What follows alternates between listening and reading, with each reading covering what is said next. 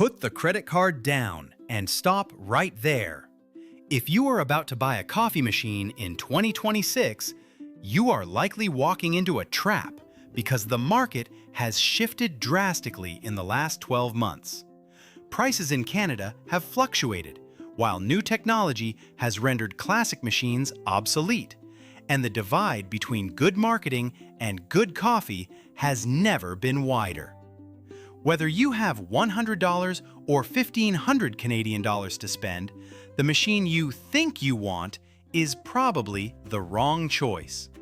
I'm going to show you exactly what to buy, what to avoid, and the one hidden cost that ruins most home setups. Things are different now.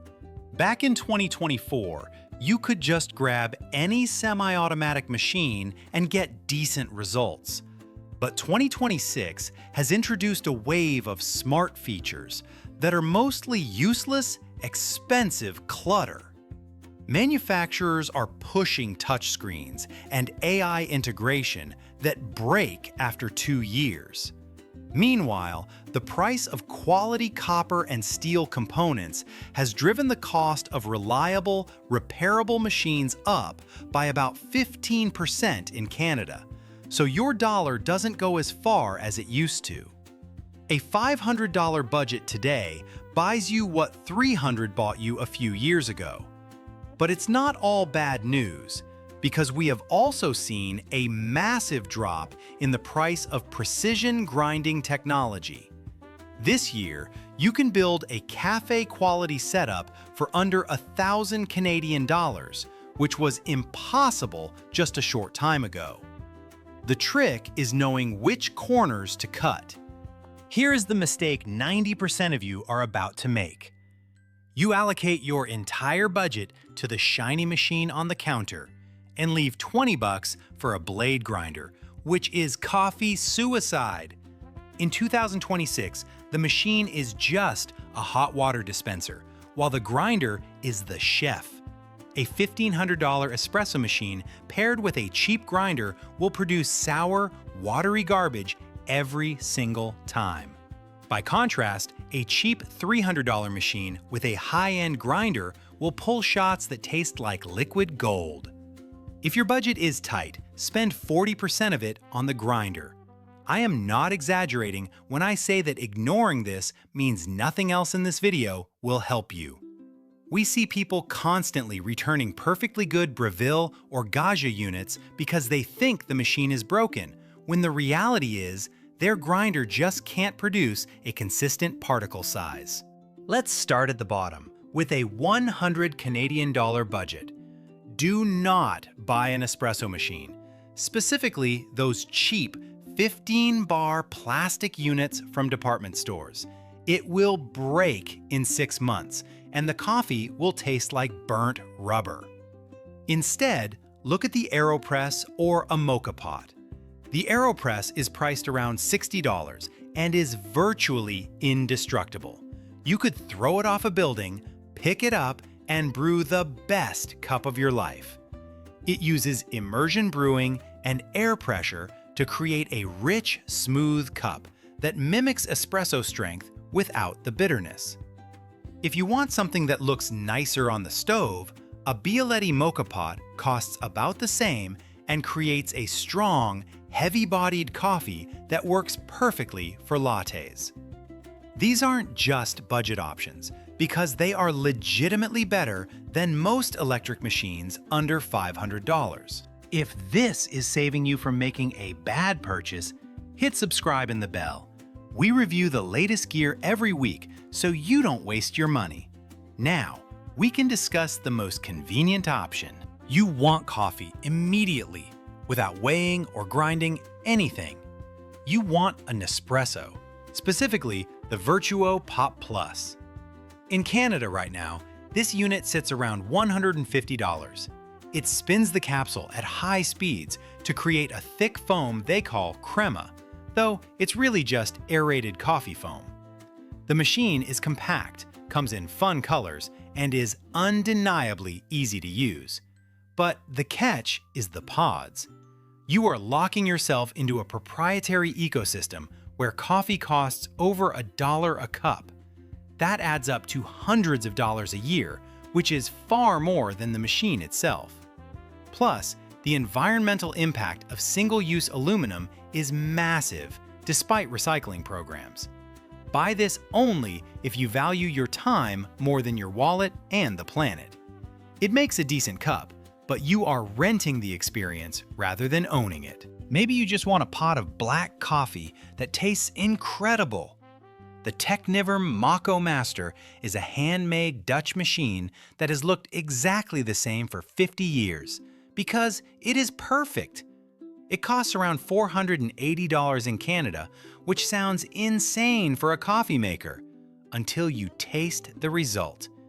It heats water to the exact scientific range between 92 and 96 degrees Celsius and sprays it over the grounds to saturate them evenly.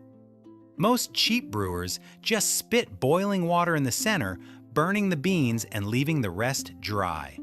The Mako Master is built like a tank, so if you buy one today, your kids will probably inherit it. It has no screens to break and no microchips to fry, just a copper heating element and a simple switch. If you drink black coffee, this is the end of your search. Now we enter the world of real espresso. If you have about $650, the Breville Bambino Plus is the undisputed king of entry-level machines in 2026. Do not confuse this with the regular Bambino, because the Plus model has an automatic milk sensor that works like magic. You put a jug of milk under the wand, press a button, and it steams perfectly textured milk for lattes or cappuccinos while you walk away. It heats up in 3 seconds flat. The shots it pulls are genuine 9-bar espresso, not the weak stuff from cheaper pressurized machines. It is tiny enough to fit in condo kitchens, but still packs a professional punch. The downside is that it is light, so you have to hold it down when locking in the portafilter. But for the price, nothing else in the Canadian market comes close to this workflow. The most popular machines are the all-in-ones with built-in grinders. The heavy hitter here is the Breville Barista Express Impress, sitting around $1,150. This machine solves the biggest headache for beginners, which is tamping. It has a lever on the side that physically stamps your coffee puck with exactly 22 pounds of pressure and cleans up the mess for you. It even tells you if you added too much or too little coffee, which is brilliant. However, remember that if the built-in grinder breaks, the whole machine needs repair. The grinder on this unit is good, but not great, so you are paying for the convenience of a tidy counter. If you have limited space and want a machine that holds your hand through the process, this is a fantastic choice. But for pure performance, you can do better for the same money. If you want espresso and cappuccinos without becoming a barista, you need a super automatic. The Philips 3200 Lattego is the volume seller here and usually priced between $800 and $1,000. The selling point is the milk system because it has no tubes to clean, just 2 plastic parts you can rinse in 10 seconds. It grinds the beans, tamps them, brews, and froths the milk all by itself. The coffee is acceptable, but will never be as rich or syrupy as what you get from a manual machine because it can't grind fine enough or tamp hard enough. You are trading flavor intensity for absolute convenience. If your morning routine is a chaotic rush to get out the door, this machine is a lifesaver. But don't expect cafe-quality espresso shots. Here is the secret weapon combination that will outperform the $1,500 machines while costing under $900. You buy the Gaggia Classic Evo Pro for about $600 and pair it with the Baratza Encore ESP grinder for $280. The Gaggia is a commercial machine shrunk down for home use with a 58mm portafilter, the same size used in coffee shops. It has a powerful steam wand and durable brass components. When paired with the Encore ESP, which is specifically engineered for fine espresso grinding, you get a setup that can produce true cafe-quality shots. There is a learning curve since you have to steam the milk yourself and dial in the grind, but once you master it, the coffee is unmatched in this price range. This is the setup for people who want coffee to be a hobby rather than just a caffeine fix. Before you choose, we need to talk about the money pit you don't see, which is maintenance. Every machine I have listed requires maintenance, but some are worse than others. Espresso machines need descaling solution and backflushing tablets every few months. If you have hard water, scale will destroy your boiler in a year, so you need to budget for a water filter system or buy distilled water and add minerals back in. Then there are the accessories, like a bottomless portafilter, a good tamper, a knockbox, and a scale, so suddenly you have spent another $300. Good machines also require fresh beans, because supermarket beans roasted 6 months ago will jam your grinder and taste like ash.